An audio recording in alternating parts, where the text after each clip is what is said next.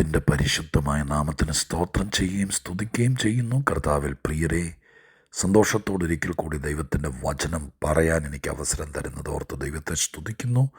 അത് കേൾക്കാൻ ദൈവത്തിൻ്റെ കൃപയാൽ ലോകത്തിൻ്റെ നാനാഭാഗത്തുള്ള പ്രിയപ്പെട്ടവരായ അനുദിന വചന കേൾവിക്ക് തൽപരരായ എൻ്റെ കേൾവിക്കാരായി നിങ്ങൾക്ക് ദൈവം അവസരം തരുന്നത് ഓർത്ത് ഞാൻ ദൈവത്തിന് സ്തോത്രം ചെയ്യുന്നു.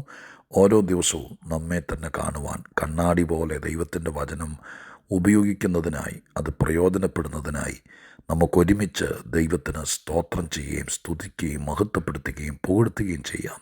ഇത്ര നല്ല വചനത്തിനായി, ഇത്ര നല്ല ദൈവത്തിനായി, ഇത്ര നല്ല പ്രകാശനങ്ങൾക്കായി, ഇത്ര കണ്ട് നമ്മെ വചനം കൊണ്ട് അലങ്കരിക്കുന്ന ദൈവകൃപയ്ക്കായി നന്ദിയോടെ സ്തോത്രം ചെയ്ത് സ്തുതിച്ചുകൊണ്ട് വചന കേൾവിക്ക് താല്പര്യം കാണിക്കുന്നതിന് നിങ്ങളോട് വീണ്ടും എൻ്റെ വിനീതമായ കൃതജ്ഞതയും നന്ദിയും വന്ദനവും രേഖപ്പെടുത്തിക്കൊണ്ട് ഇന്ന് തിരുവെഴുത്തിലെ 2 വാക്യങ്ങൾ വായിച്ചുകൊണ്ട് ദൈവിക ചിന്തയിലേക്ക് കടക്കാൻ ആഗ്രഹിക്കുന്നു.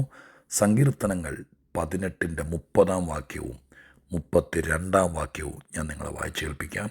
30-ാമത്തെ വാക്യം, ദൈവത്തിൻ്റെ വഴി തികവുള്ളത്. 32-ാമത്തെ വാക്യം, എന്നെ ശക്തി കൊണ്ട് അരമുറുക്കുകയും എൻ്റെ വഴിയിലെ കുറവ് തീർക്കുകയും ചെയ്യുന്ന ദൈവം തന്നെ. 18-ാം സങ്കീർത്തനത്തിലെ 2 വാക്യങ്ങളാണ് വായിച്ചത്. 2 വാക്യങ്ങളും വഴി എന്ന വിഷയത്തെ ആധാരമാക്കിക്കൊണ്ടാണ്. വേദപുസ്തകത്തിനകത്ത് അനേക വിഷയങ്ങളുണ്ട്. വേദപുസ്തകത്തിൻ്റെ ഏറ്റവും വലിയ പ്രത്യേകതകളിൽ ഒന്നാണ്, ആയിരക്കണക്കിന് വിഷയങ്ങൾ കൊണ്ട് നിറഞ്ഞതാണ് വിശുദ്ധ ബൈബിൾ. ഏതെങ്കിലും ഒരു പ്രമേയത്തെ അടിസ്ഥാനപ്പെടുത്തിക്കൊണ്ടല്ല. അങ്ങനെയാണോ എന്ന് ചോദിച്ചാൽ ദൈവശാസ്ത്രപരമായി അങ്ങനൊരു വാക്കിലേക്കൊക്കെ നമുക്ക് കൊണ്ടെത്തിക്കാൻ പറ്റും. പക്ഷേ മനുഷ്യൻ അഭിമുഖീകരിക്കുന്ന, ഈ ഭൂമിയിൽ ജീവിക്കുന്ന സാധുവാണെങ്കിലും സാധാരണക്കാരനാണെങ്കിലും സമ്പന്നനാണെങ്കിലും മനുഷ്യർ അഭിമുഖീകരിക്കുന്ന, മനുഷ്യൻ അറിഞ്ഞിരിക്കേണ്ട 10,000 വിഷയങ്ങൾ കൊണ്ട് നിറഞ്ഞതാണ് വിശുദ്ധ ബൈബിൾ. അതിലൊരു വിഷയമാണ് വഴി എന്ന വിഷയം. അതിനെ ഒരു വലിയ പുസ്തകം എഴുതി തീർത്താൽ കഴിയാതെ വണ്ണം വിശദീകരിക്കാൻ കഴിയുന്ന ആഴങ്ങളുള്ളതാണ് വഴി എന്ന വിഷയം. ബൈബിളിലെ ഏറ്റവും ശ്രദ്ധേയമാണ്, എനിക്ക് ഭയങ്കര ഇൻട്രസ്റ്റഡ് സബ്ജക്റ്റാണ് ദൈവത്തിൻ്റെ വഴികൾ എന്ന വിഷയം. ആ വിഷയത്തെ പൂർണ്ണമായിട്ടൊന്നും പറഞ്ഞു ബോധിപ്പിക്കുവാൻ ഇന്ന് ഞാൻ പരിശ്രമിക്കുന്നില്ല. ഈ വാക്യങ്ങൾ ദാവീദ് രാജാവ് 18-ാം സങ്കീർത്തനം തൻ്റെ അനുഭവ സങ്കീർത്തനമായിട്ട് രചിക്കുകയാണ്. തനിക്ക് ചെയ്ത ഉപകാരങ്ങൾ, ഇങ്ങനൊരു ദൈവത്തെ ജീവിതത്തിൽ ആരാധ്യനായി, വീണ്ടെടുപ്പുകാരനായി, അപ്പനായി ദൈവമായ കർത്താവിനെ ലഭിച്ചതിന് ദാവീദ് ദൈവത്തോട് നന്ദി പറയുന്ന എത്രയോ വാക്യങ്ങൾ വിശുദ്ധ ബൈബിളിൽ, പ്രത്യേകിച്ച് സങ്കീർത്തനങ്ങൾക്കകത്തുണ്ട്. ഒരു ദൈവത്തെ സത്യത്തിലും ആത്മാവിലും ആരാധിക്കുവാൻ, പിതാവായി, വീണ്ടെടുപ്പുകാരനായി, രക്ഷകനായി, സൗഖ്യദായകനായി, പരിചയായി, പലകയായി, പാറയായി, കോട്ടയായി, സങ്കേതമായി, മരുന്നായി, വൈദ്യനായി, ഇടയനായി, അവർണ്ണനീയം. ദാവീദിൻ്റെ വാക്കുകൾ ഞാൻ നിങ്ങളെ ഓർപ്പിക്കുന്നതേ ഉള്ളൂ. അത്രയ്ക്ക് അവർണ്ണനീയമാണ്. ദൈവത്തെക്കുറിച്ച് പറഞ്ഞാലും വാചാലനായാലും എഴുതിയാലും പാടിയാലും ഒന്നും തീരാതെ വണ്ണം ദൈവം ദാവീദിന് ആരാണ്, അല്ല എനിക്കും നിങ്ങൾക്കും ദൈവം ആരാണ് എന്ന് ചോദിച്ചാൽ ഒറ്റ വാക്കിൽ എൻ്റെ ആരാധനാമൂർത്തിയാണെന്നോ ഇഷ്ടദൈവമാണെന്നോ ഒന്നും പറഞ്ഞാൽ ഒതുങ്ങില്ല. അതുപോലെ ദൈവം എല്ലാമാണ്. ഏതൊരു സാഹചര്യത്തിലും ഞാൻ ഒന്ന് ആഗ്രഹിക്കുന്നു അതുപോലെ ജീവിതത്തിലായിത്തീർന്ന് എനിക്ക് വേണ്ടി നിലകൊള്ളുന്ന എൻ്റെ ദൈവം, ആ ദൈവത്തെ ആരാധ്യനായി ലഭിച്ചതിലുള്ള സന്തോഷ പ്രകടനമാണ് ദാവീദ് തൻ്റെ സങ്കീർത്തനങ്ങളിൽ ഒട്ടുമിക്കവാറുമൊക്കെ ചെയ്തിരിക്കുന്നത്. 18-ാം സങ്കീർത്തനം അങ്ങനെയൊക്കെ തന്നെയാണ്. അതിലൊരുപാട് നിർമ്മല സത്യങ്ങൾ, പരമാർത്ഥങ്ങൾ മറ്റുള്ളവർക്ക് ഗുണമാകാൻ സാക്ഷ്യമെന്ന വണ്ണം സങ്കീർത്തനക്കാരനായിരിക്കുന്ന ദാവീദ് എഴുതിയിട്ടുണ്ട്. ഇവിടെ ഈ 18-ാമത്തെ സങ്കീർത്തനത്തിനകത്ത് അദ്ദേഹം എഴുതിയിരിക്കുന്ന വസ്തുതകൾ, ഒരുപാട് വസ്തുതകളിൽ 2 കാര്യങ്ങളാണ്. ഒന്ന്, 30-ാമത്തെ വാക്യത്തിൽ എഴുതിയിരിക്കുന്നു, ദൈവത്തിൻ്റെ വഴി തികവുള്ളതാണ്.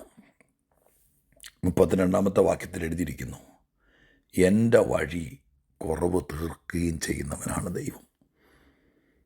ഈ വാക്യത്തെ നമുക്കൊരു പ്രഭാഷണ രീതിയിൽ ഒന്ന് വകയിരുത്തി വിലയിരുത്തിയാൽ വിവിധ രീതിയിൽ നമുക്കതിനെ ഡിവൈഡ് ചെയ്ത് പോയിൻ്റ് ബൈ പോയിൻ്റ് ആയിട്ട് ചിന്തിക്കാം. അത്രയും വിശാലമാക്കാൻ എനിക്ക് നിർവാഹമില്ലെന്നുള്ള കാര്യം നിങ്ങൾക്കറിയാം. എങ്കിലും എൻ്റെ കഴിവിൻ്റെ പരമാവധി വിഭജിച്ച് നിങ്ങളുടെ മുമ്പിൽ കൊണ്ട് അവതരിപ്പിക്കാൻ ശ്രമിക്കാം. ഒന്ന്, എൻ്റെ വഴി, ദൈവത്തിൻ്റെ വഴി എന്നിങ്ങനെ 2 കാര്യങ്ങൾ ഈ വാക്യങ്ങൾ നമ്മളെ ഓർപ്പിക്കുന്നു. മനുഷ്യന് മനുഷ്യൻ്റേതായ വഴി എല്ലാ കാലത്തും ഉണ്ട്. അത് ദൈവം ഉണ്ടെന്ന് വിശ്വസിക്കുന്നവനും ഇല്ലെന്ന് പറയുന്നവനും യേശുക്രിസ്തുവിൻ്റെ രക്ഷകനെ ആരുമാകട്ടെ, ഈ ഭൂമിയിൽ ജന്മം കിട്ടിയ സ്ഥിതിക്ക് അവനവൻ്റേതായിരിക്കുന്നൊരു വഴിയുണ്ട്. ആ വഴിയിലൂടെ പോയി നശിച്ചവരുണ്ട്. വേദപുസ്തകം തന്നെ പഠിപ്പിക്കുന്നുണ്ട്, ഒരു വഴി ചിലപ്പോൾ മനുഷ്യന് ചൊവ്വായി തോന്നും തുടക്കത്തിലൊക്കെ, അതിൻ്റെ അവസാനം നാശമാണ്. എത്രയോ പേര് ആരും പറഞ്ഞാൽ കേൾക്കാതെ അവനവൻ്റെ വഴിയിലൂടെ പോയി എങ്ങും എത്താതെ തീർന്നു. എന്നാൽ ഇവിടെ ദൈവത്തിൻ്റെ വഴി എന്ന് പറയുന്നത് ഒന്നുണ്ട്. അതുതന്നെയാണ് വേദപുസ്തകത്തിൻ്റെ ഏറ്റവും വലിയ സന്ദേശം. അവനവൻ്റെ വഴിയിൽ നിന്ന് ദൈവത്തിൻ്റെ വഴിയിലേക്ക് ഒന്ന് മാറി നടക്കുക. സുവിശേഷം പറയുന്ന ഒരാളുടെ ഉദ്ദേശം അതേ ഉള്ളൂ. നിർമ്മലമായ സുവിശേഷവുമായി നിങ്ങളെ സന്ധിക്കുന്ന ഒരാൾ അത്രേ ഉദ്ദേശിക്കുന്നുള്ളൂ. എൻ്റെ സഭയിൽ ചേര്, നിങ്ങളുടെ സഭയിൽ ചേര്, എൻ്റെ കൂടെ വാ, ഇതൊക്കെ ഒരു ശൈലിയായിരിക്കാം.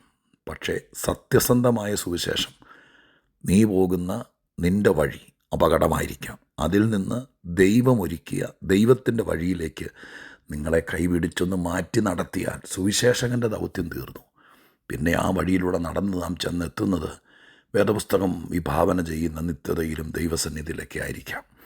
അവിടേക്ക് ഞാൻ അതും ആ വിധത്തിൽ ചിന്തിക്കാൻ ആഗ്രഹിക്കുന്നില്ല. ഈ വാക്യം സമർത്ഥിക്കുന്നു, മനുഷ്യന് മനുഷ്യൻ്റേതായ വഴിയുണ്ട്, ദൈവത്തിന് ദൈവത്തിൻ്റെതായ വഴിയുണ്ട്. 2, മനുഷ്യൻ്റെ വഴിയിലെല്ലാം കുറവുണ്ട്. ഇവിടെ ഒരു വലിയ മനുഷ്യൻ പറയുക, എൻ്റെ വഴിയിൽ കുറവുകളുണ്ടായിരുന്നു. അത് സമ്മതിക്കാനൊരു മനസ്സ്. ഇവിടെ മുതൽ ഞാൻ നിങ്ങളുടെ ഹൃദയത്തിൽ പതുക്കെ ഇങ്ങനെ തൊടുക. അത് സമ്മതിക്കാൻ, നിങ്ങൾ ഭാര്യയാണെങ്കിലും ഭർത്താവാണെങ്കിലും അപ്പനാണെങ്കിലും അമ്മയാണെങ്കിലും മോനാണെങ്കിലും മോളാണെങ്കിലും പാസ്റ്ററാണെങ്കിലും വിശ്വാസിയാണെങ്കിലും രാജാവാണെങ്കിലും പ്രജയാണെങ്കിലും നിങ്ങൾ മുതലാളിയാണെങ്കിലും തൊഴിലാളിയാണെങ്കിലും അതൊന്ന് സമ്മതിക്കാൻ ഈ ഭൂമിയിൽ വെച്ച് ആര് തയ്യാറാകും? അതാണ് രക്ഷപ്പെടലിൻ്റെ ഒരുപക്ഷെ തുടക്കമെന്ന് പറയാം. ഇവിടെ ഈ മനുഷ്യൻ പറയുന്നു, എൻ്റെ വഴിയിൽ ഒരുപാട് കുറവുകളുണ്ടായിരുന്നു, ഒരുപാട് കുറവുകൾ. എൻ്റെ വഴിയിലൊന്നും ഒരു കുറവുമില്ല. ഞാനാണ് കുറ്റക്കാരൻ, മറ്റൊരാണ് കുറ്റക്കാരൻ. ഏദൻ തോട്ടത്തിൽ തുടങ്ങിയതല്ലേ ഇത്? എൻ്റെ വഴിയെല്ലാം പെർഫെക്റ്റ്, അപ്പുറത്ത് നിൽക്കുന്നവരുടെ വഴിയെല്ലാം ചീത്ത എന്ന് പറഞ്ഞ് പഠിച്ചവനല്ലേ നമ്മൾ, പ്രത്യേകിച്ച് മലയാളികൾ. എന്നെ കേൾക്കുന്ന പ്രിയപ്പെട്ടവരെ, ഈ മഹാനായ മനുഷ്യൻ ഒരു കാര്യം ഈ സങ്കീർത്തനത്തിൽ സമ്മതിക്കുക, എനിക്കറിയില്ലായിരുന്നു എൻ്റെ പൈതൃകമായ വഴികൾ, ആ വഴികൾ ഒത്തിരി കുറവുണ്ടായിരുന്നു. പക്ഷെ എൻ്റെ ജീവിതത്തിലെ ഏറ്റവും വലിയ ഭാഗ്യം എൻ്റെ വഴിയിലെ കുറവുകൾ എനിക്ക് മനസ്സിലാക്കാൻ പറ്റി, അത് സമ്മതിക്കാൻ പറ്റി.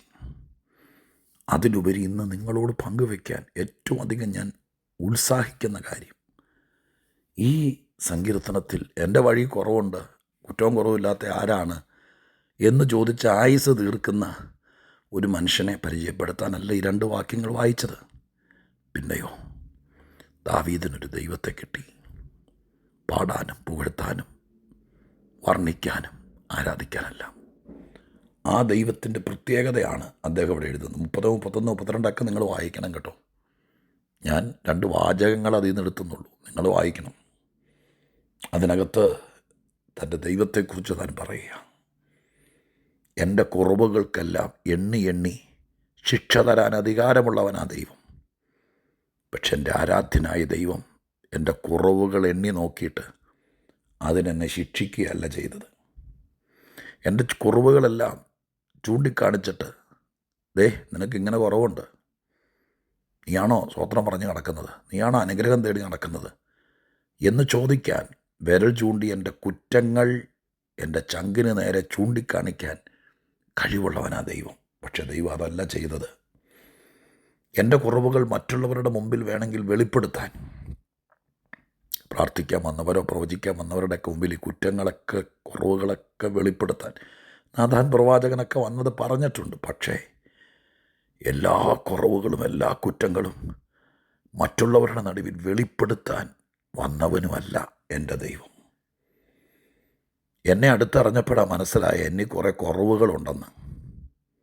ഗോലിയാത്തിനെയൊക്കെ കൊന്ന് അധികാരത്തിലേക്ക് വരാനുള്ളൊരു ലക്ഷണമൊക്കെ ഒത്തപ്പോഴാണ് എന്നെ അടിമുടി പരിശോധിച്ചപ്പോൾ ആരോണ്ടൊക്കെ പറഞ്ഞു, അയ്യോ ഇവനാണോ, ഇവൻ മറ്റവൻ്റെ മോനല്ലേ, ഇവൻ ഇന്നവനല്ലേ, ഇവൻ ആരാന്ന് നമുക്കറിയാം. ഇതൊക്കെയല്ലേ ലോകം ചെയ്യുന്നത്. അങ്ങനെ എന്നിൽ കുറച്ച് കുറവുണ്ടെന്ന് അറിഞ്ഞപ്പോൾ എന്നെ ഇട്ടിട്ട് പോയവനല്ല എൻ്റെ ദൈവം. പിന്നെ എൻ്റെ ജീവിതത്തിലെ കുറവുകളെല്ലാം തീർത്ത് തന്ന് അങ്ങനെയല്ല അതൊക്കെ എഴുതിയത്. എൻ്റെ ദൈവത്തിൻ്റെ വഴികൾ കുറവില്ലാത്ത വഴികൾ.